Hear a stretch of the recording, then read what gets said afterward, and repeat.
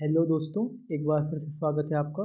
जैसा कि आप सभी को मालूम है, इस चैनल के माध्यम से हम मध्य प्रदेश की जनजातियां कर रहे हैं, जो कि ये परीक्षा धाम की बुक है। और आप सभी को मालूम है कि ये एमपीपीएससी में यूनिट 10 को जो प्रीलिम्स वाला सेक्शन है उसको कवर करती है। इससे पहले हम कुछ चैप्टर कर चुके हैं और जनजातियाँ वाला चैप्टर हम कर रहे हैं। इसमें भील और गौंड जनजातियों को हम अच्छी तरह से कर चुके हैं। उसके आगे हम ये तीसरी जनजाति दी हुई है कोल, इन जनजातियों से कंटिन्यू करेंगे। यदि आपने पहले वीडियो नहीं देखे हैं तो आप चैनल पर जाकर उन वीडियो को देख लें, प्लेलिस्ट बनी हुई है। और जिसको भी पीडीएफ चाहिए होगा तो वो चैनल की डिस्क्रिप्शन में जाएगा और वहाँ टेलीग्राम चैनल की लिंक डली हुई है, उससे ग्रुप को ज्वाइन कर लेगा। चलिए स्टार्ट करते हैं हम कोल जनजाति के बारे में। ठीक है, कोल जनजाति के बारे में हम सबसे पहले देखेंगे उसका सामान्य परिचय, फिर जानेंगे उसका भौगोलिक स्थिति, उपजातियाँ, सामाजिक स्थिति, आर्थिक स्थिति और सांस्कृतिक स्थिति। इन सारे सेक्शन के बारे में हम देखेंगे कि कोल जनजाति क्या करती है। सबसे पहले कोल जनजाति को हम मैप में देखेंगे। कोल जनजाति का एरिया ये वाला है। यदि हम बात करें तो मध्य प्रदेश का उत्तर पूर्वी एरिया कोल जनजाति को समर्पित है। ये एरिया आप सभी को मालूम है, ये सीधी शहडोल और रीवा सतना वाला एरिया है। ठीक है, जब आगे हम इसके परिचय के बारे में देखेंगे तब यहाँ हमको ठीक तरीके से समझ में आएगा। चलिए सबसे पहले हम परिचय से स्टार्ट करते हैं। कोल जनजाति, कोल शब्द का अर्थ मानव है। क्या है? मानव है। कुछ मिथकों के अनुसार सिंह बोंगा, जैसे सूर्यदेव कहते हैं, इनको सूर्यदेव की संतान भी कहा जाता है। कोल, मुंडा या कोलेरियन समूह की अत्यंत प्राचीन जनजाति है। किस समूह की? मुंडा या कोलियारिन समूह की, जिसे कोलियारिन समूह कहते हैं, कि अत्यंत प्राचीन जनजाति है। कोल जनजाति मध्य प्रदेश की तीसरी सबसे बड़ी जनजाति मानी जाती है। पहली कौन सी है? भील है, दूसरी गोंड और तीसरी कोल। 2011 की जनगणना के आधार पर मध्य प्रदेश में इनकी जनसंख्या लगभग 11.67 लाख है, जो कि जनजाति का 7.62% है। कुल जनजाति का कितनी है? 7.62% है। ये हमारा परिचय है। कुल जनजाति का वर्णन रामायण, महाभारत एवं मार्कंडेय पुराण में भी मिलता है। कहाँ मिलता है? रामायण, महाभारत और मार्कंडेय पुराण में भी कोल जनजाति का वर्णन हमें देखने को मिलता है। मध्य प्रदेश में कोल का मूल स्थान रीवा जिले का कुराली क्षेत्र है।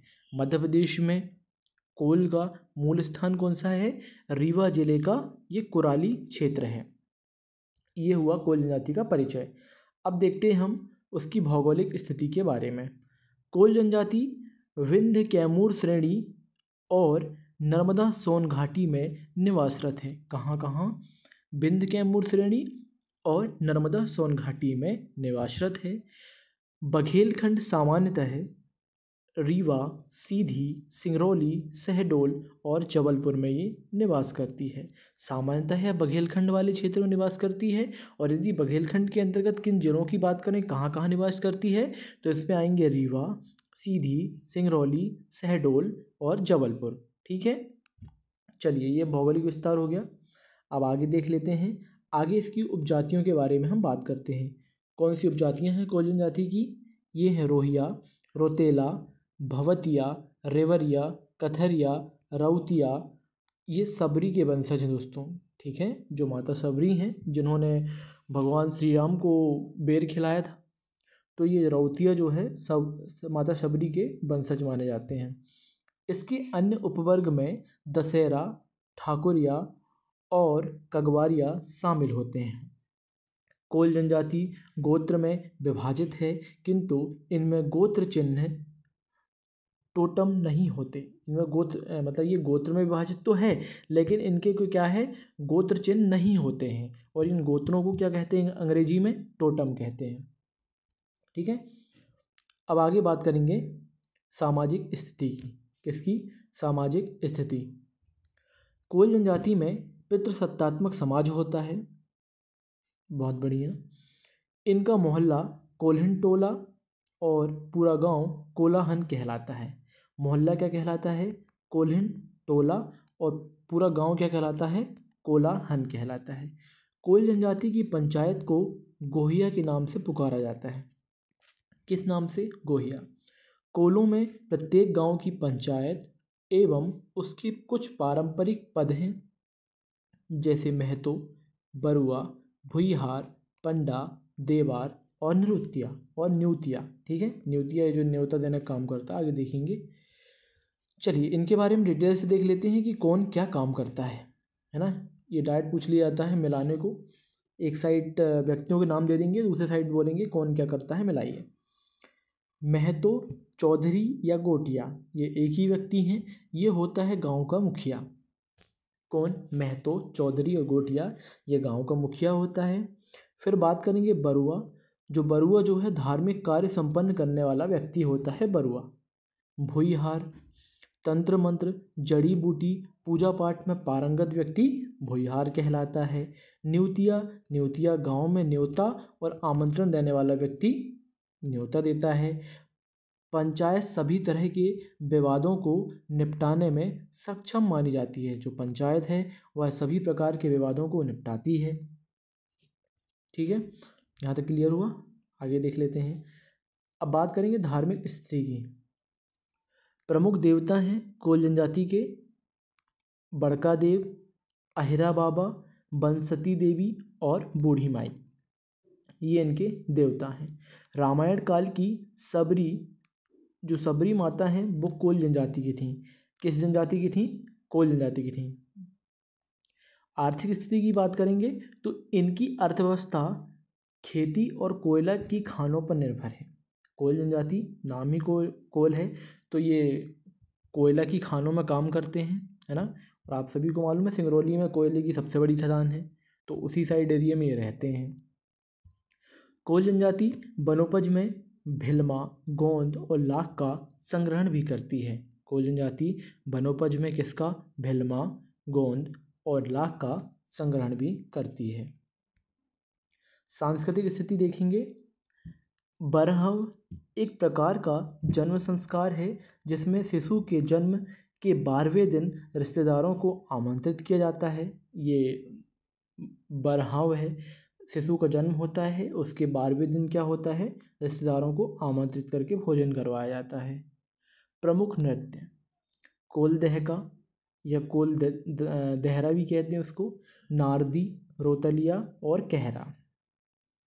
फुरहरी कहरा नृत्य एक विशिष्ट मुद्रा है।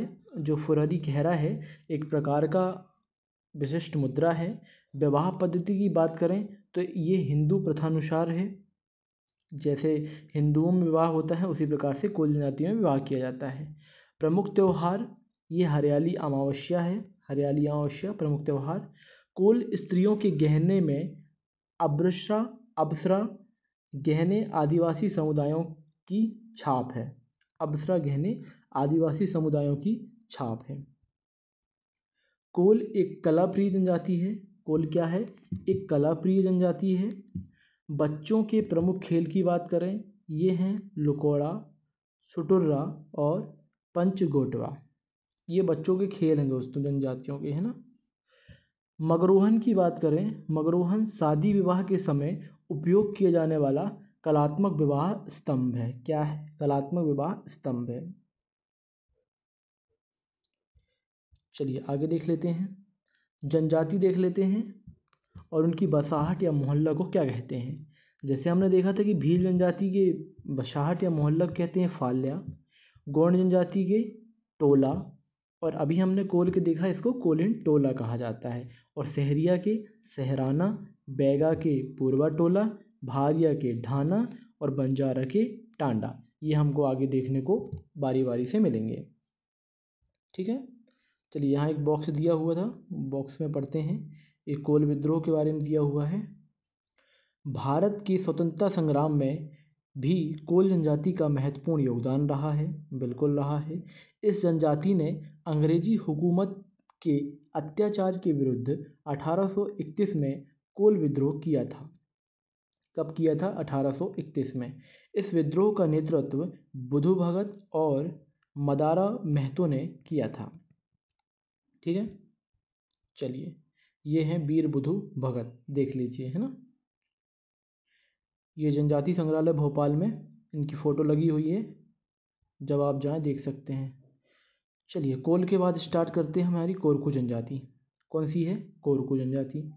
इसका सामान्य परिचय, भौगोलिक स्थिति, उपजातियाँ, सामाजिक, आर्थिक और सांस्कृतिक स्थिति के बारे में देखेंगे। मैप में आप देख लीजिए, ये है कोरकू जनजाति जो कि दक्षिण मध्य एरिया में निवास करती है, मुख्यतः बैतूल वाले एरिया में। आगे हमको देखने को मिलेगा।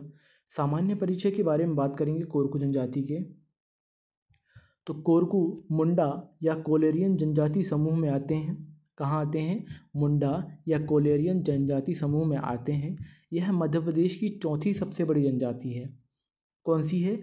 चौथी सबसे बड़ी जनजाति है। 2011 की जनगणना के आधार पर मध्य प्रदेश में इनकी जनसंख्या लगभग 7.3 लाख है, जो कि अनुसूचित जनजाति का 4.7% है। कोरकू का अर्थ होता है मानव समूह या मानवों का समूह। कोरकू जनजाति अपने को रावण का वंशज मानती है कि हम रावण की संतान हैं और अपनी उत्पत्ति महादेव के द्वारा हुई, ऐसा ये मानते हैं। भौगोलिक स्थिति की बात करें तो दक्षिणी मध्य प्रदेश के सतपुड़ा के घने जंगलों में ये निवासरत है। यह बैतूल, खंडवा, नर्मदापुरम और बुरहानपुर जिले में निवास करती है। कोरकू का पैतृक स्थान शांवलीगढ़ या भैरवगढ़ है। क्या है? कोरकू का पैतृक स्थान शांवलीगढ़ या भैरवगढ़ है, जो कि बैतूल जिले के अंतर्गत आता है। दोस्तों आप मुझे कमेंट में ये बताएंगे कि कुशलगढ़ किस जनजाति का मूल निवास स्थान है। उपजातियाँ या उपवर्ग की बात करें तो ये है रूमा, पुतारिया, दुलाब, बोबई या बवारी, बंडोया और मोवाशी। चलिए बाबरिया की बात करते हैं। बाबरिया जनजाति बैतूल जिले के कोरकू को कहलाते हैं। ये बाबरिया जो बैतूल जिले के कोरकू हैं उनको बाबरिया कहते हैं।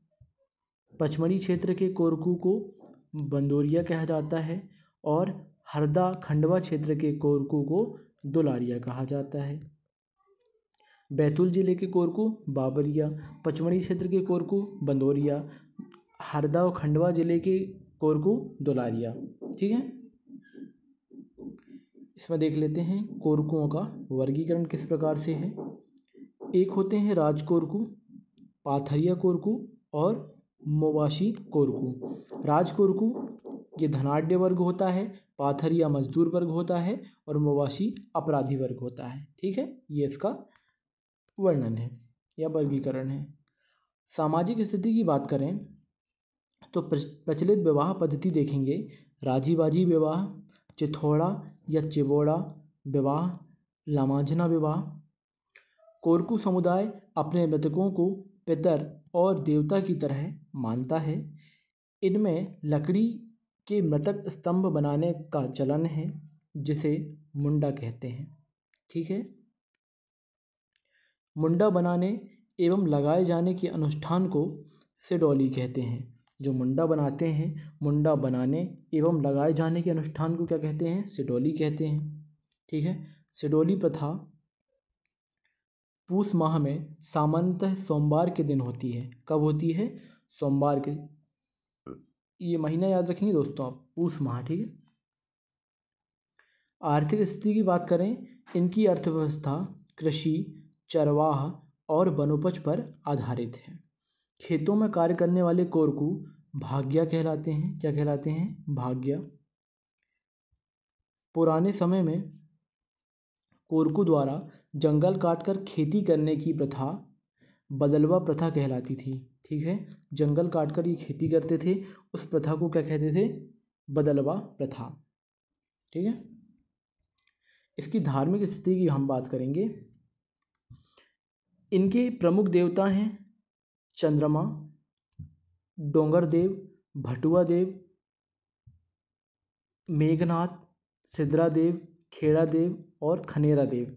ये इनके प्रमुख देवता हैं।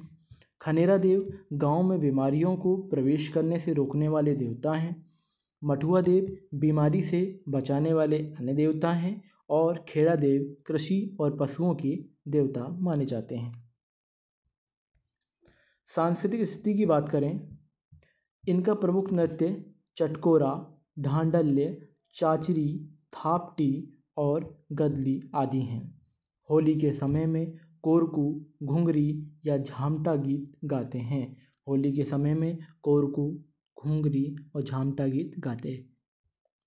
इनके प्रमुख त्यौहार हैं मेघनाथ, डोडवली, जिरौती, पाला।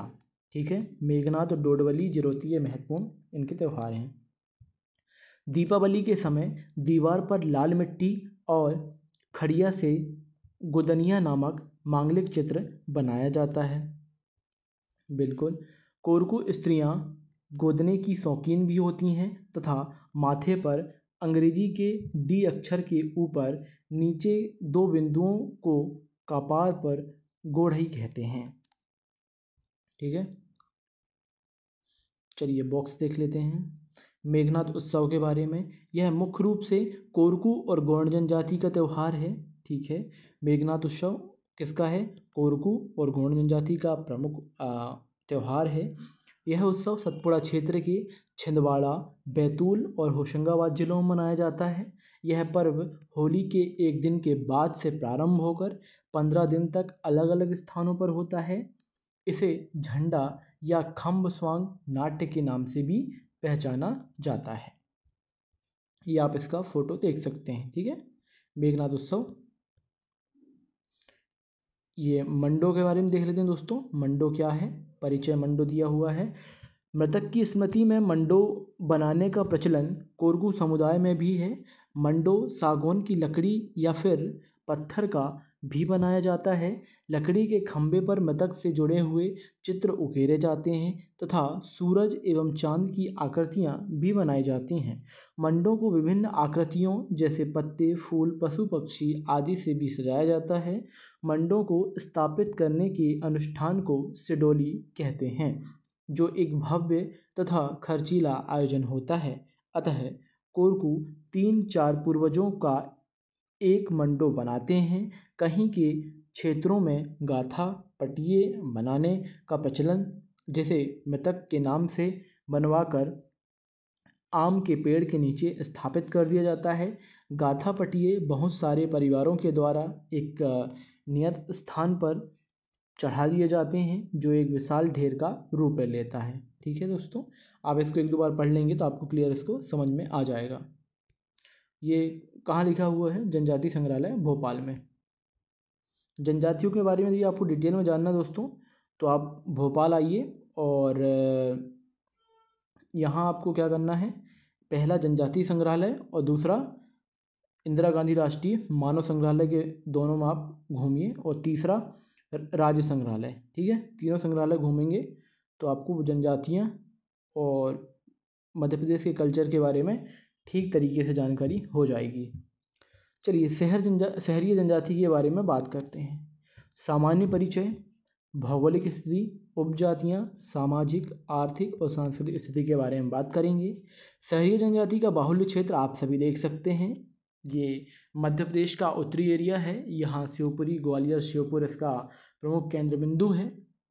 ये शहरिया का घर है दोस्तों, आप देख सकते हैं। ये हमारे काका बैठे हुए हैं। ठीक है, चलिए आगे देखते हैं। सामान्य परिचय की बात करते हैं।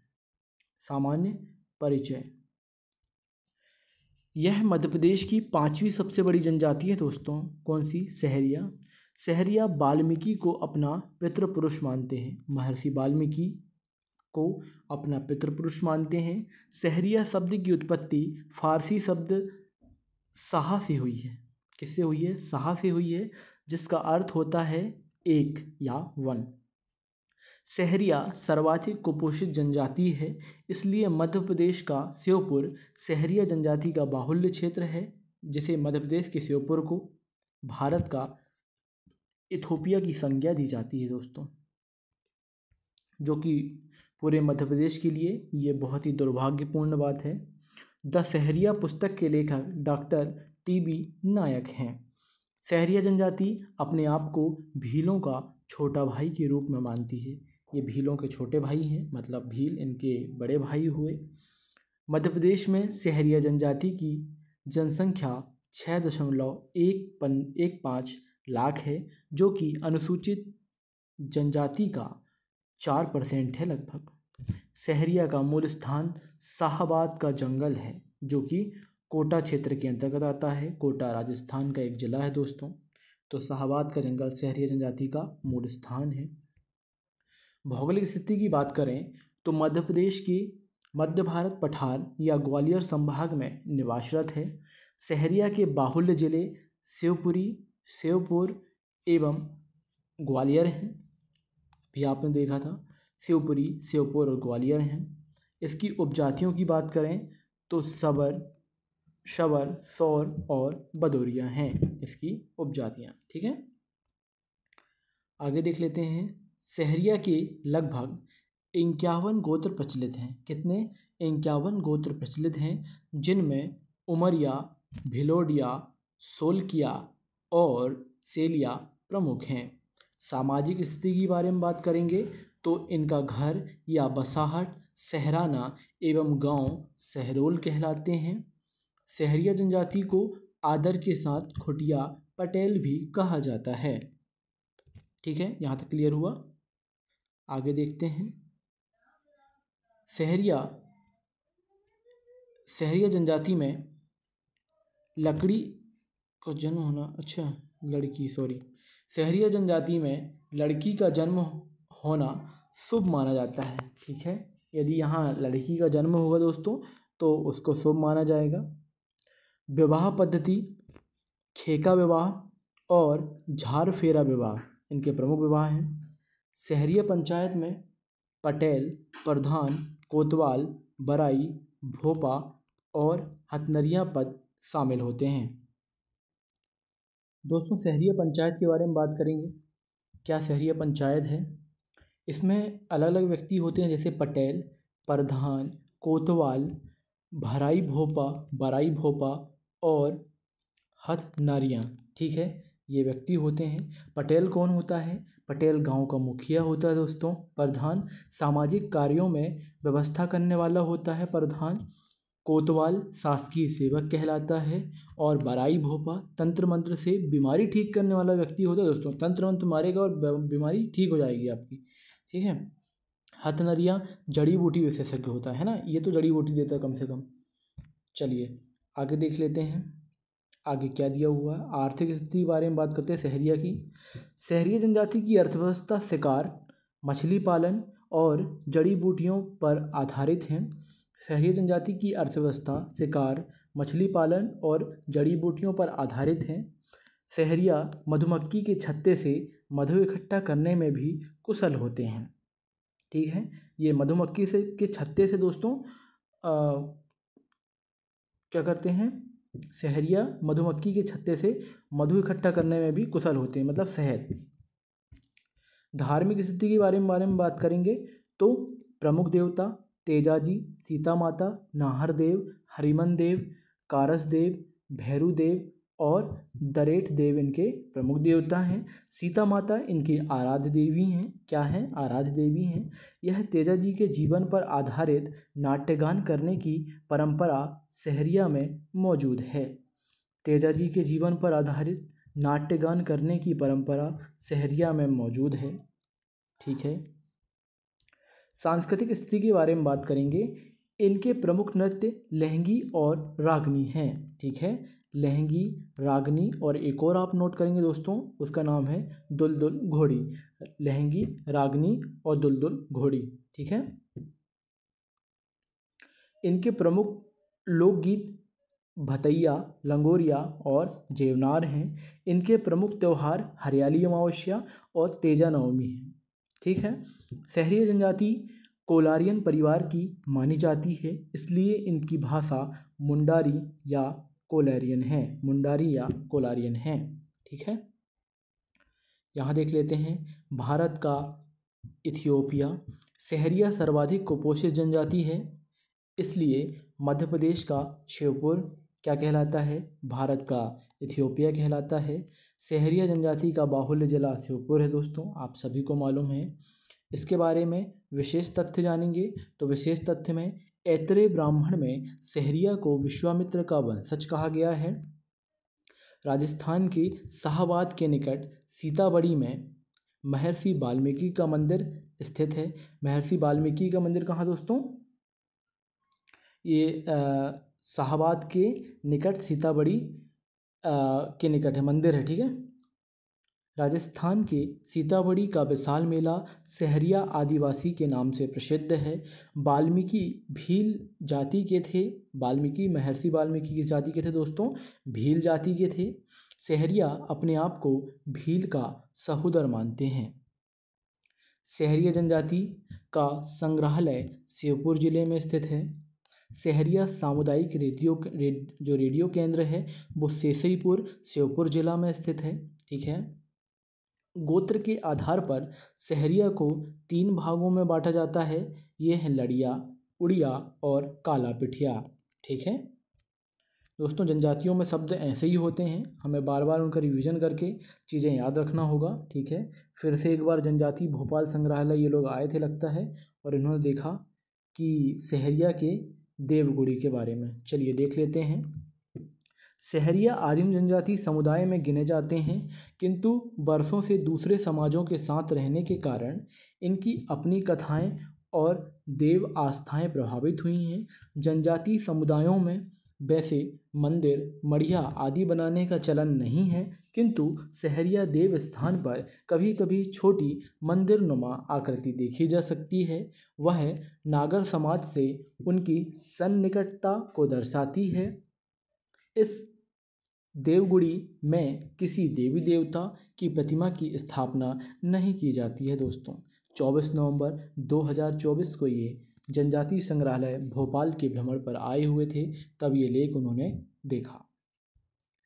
भारिया जनजाति के बारे में बात करते हैं दोस्तों। कौन सी जनजाति? भारिया, ठीक है। सामान्य परिचय देखेंगे, भौगोलिक स्थिति, उपजातियाँ, सामाजिक, आर्थिक और सांस्कृतिक स्थिति के बारे में देखेंगे दोस्तों। भारिया जनजाति आप मैप में देख सकते हैं, ये है।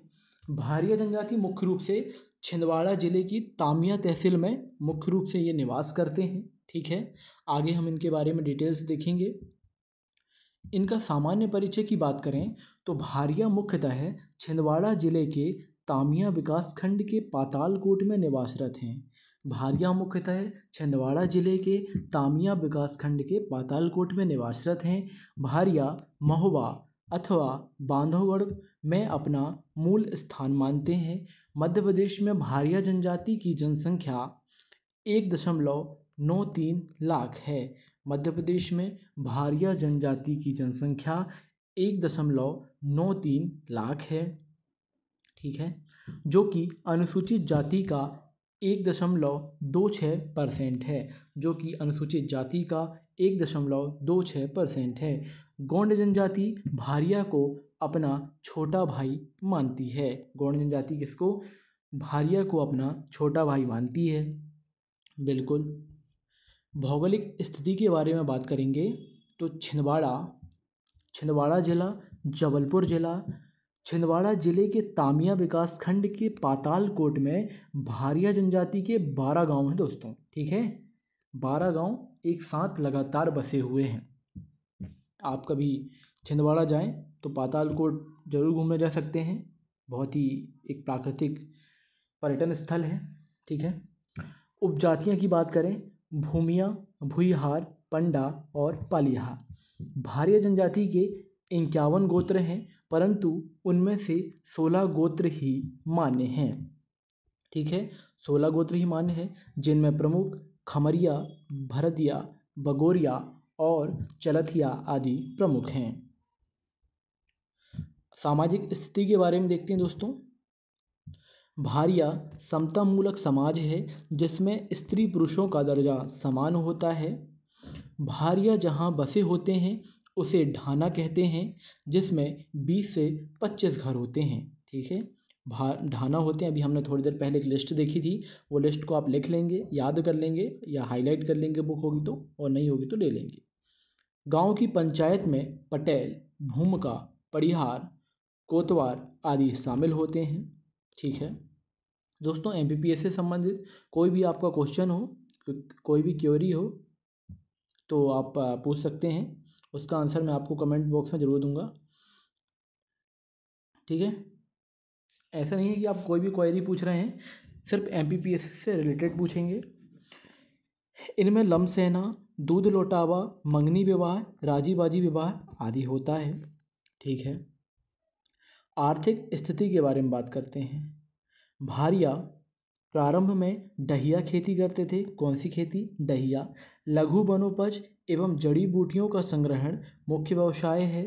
देववहारी घास से बनी पातालकोट की झाड़ू दूर दूर तक प्रसिद्ध है।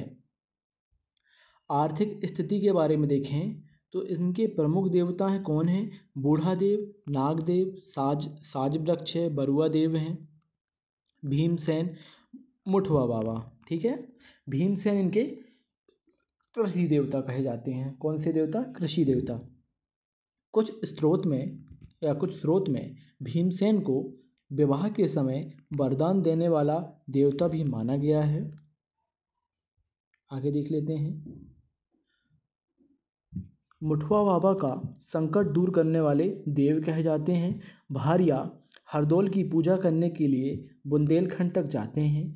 भारिया जो है साल वृक्ष के पेड़ के जड़ों की पूजा करते हैं। इनकी सांस्कृतिक स्थिति के बारे में देखते हैं। भारिया बुंदेली मिश्रित हिंदी या भरनोटी बोली बोलते हैं। इनके प्रमुख त्यौहार बिरही, नवाखानी और खिचड़ी हैं। खिचड़ी दिवाली के दूसरे दिन मनाया जाने वाला पर्व है। भड़म और सैतम इनके प्रमुख नृत्य हैं दोस्तों। कौन कौन से? भड़म और सैतम, ये आप याद रखेंगे। भड़म नृत्य को गुन्नुसाही, भरनी, भरनोटी और भंगम नृत्य भी कहते हैं।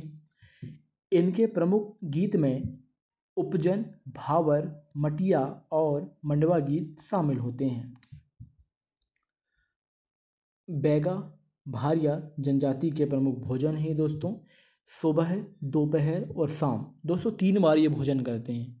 कितने बार? 3 बार। सुबह का भोजन कहलाता है बासी, दोपहर का भोजन कहलाता है पेच और शाम का भोजन कहलाता है बियारी। ठीक है, बासी, पेज, बियारी। ये बियारू लिखा हुआ है लेकिन ये बियारी है। ठीक है, बासी, पेज और बियारी। चलिए, घोटुल युवा गृह के बारे में बात कर लेते हैं। ठीक है, डॉर्मेटरी लिखा हुआ है। यह प्रथा आदिवासियों की युवा संगठन की एक परंपरा का एक रूप है। इसके सदस्य अविवाहित युवक युवतियां होते हैं। इस संस्था के द्वारा इन्हें अपनी प्रथा और रीति रिवाज व संस्कृति की शिक्षा दी जाती है। घोटुल को जर्मन भाषा में जुगालिंग्स हाउस कहा जाता है। क्या कहा जाता है दोस्तों?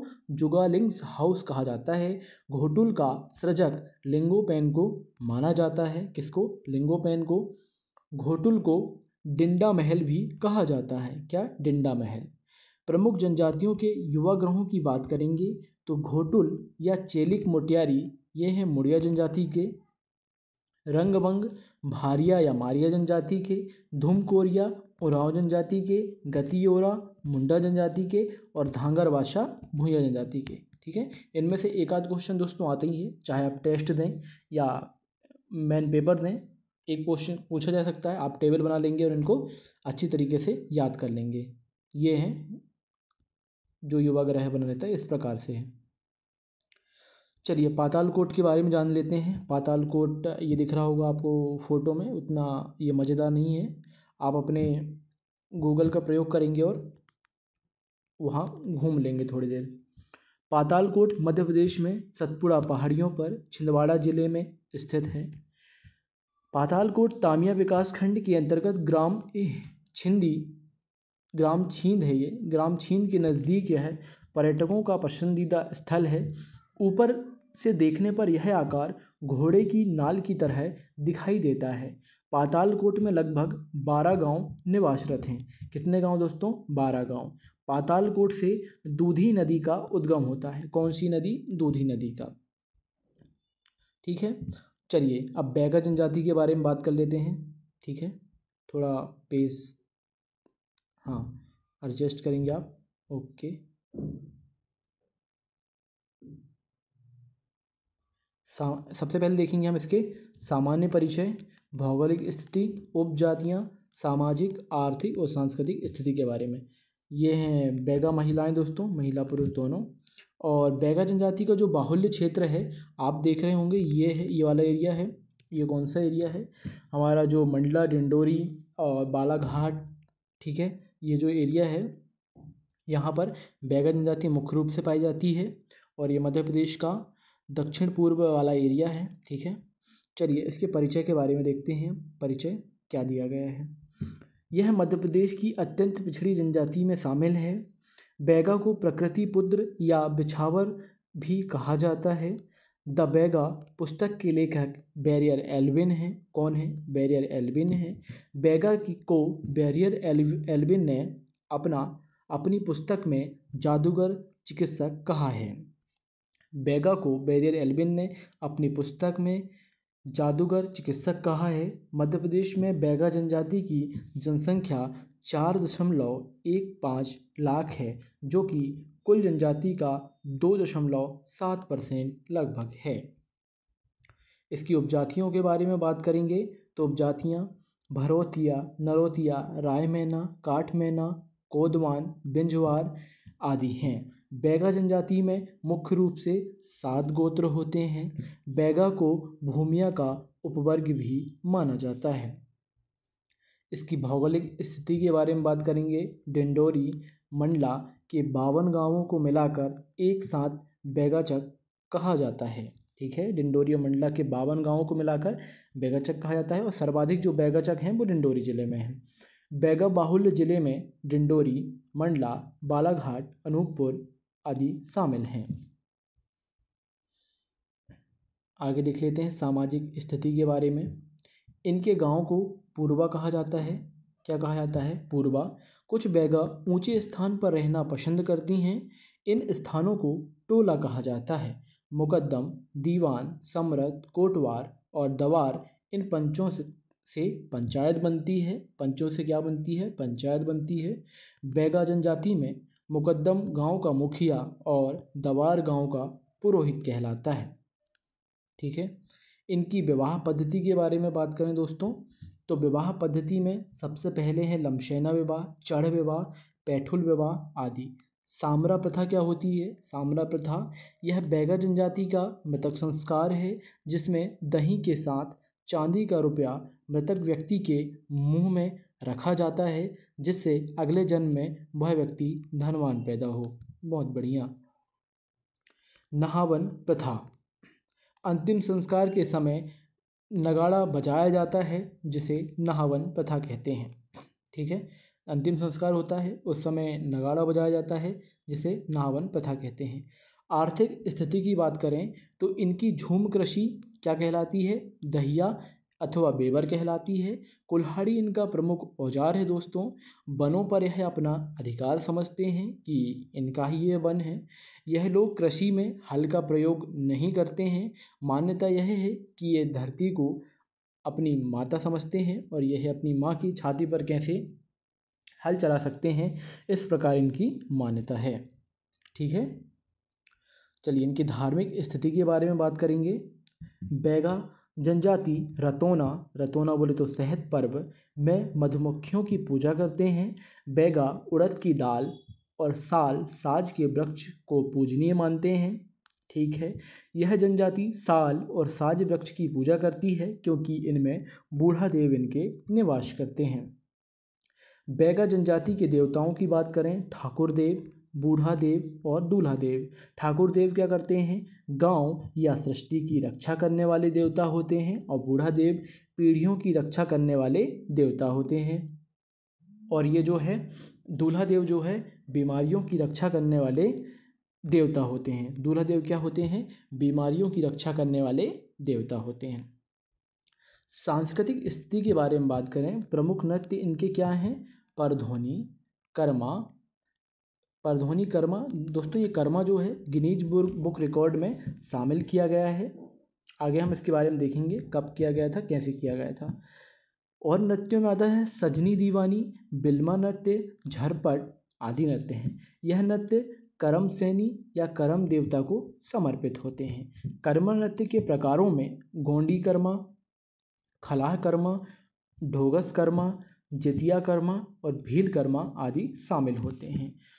गुछु हुड़बा बैगा बच्चों का खेल है। यह गोल्फ का जनजातीय संस्करण है दोस्तों, ठीक है।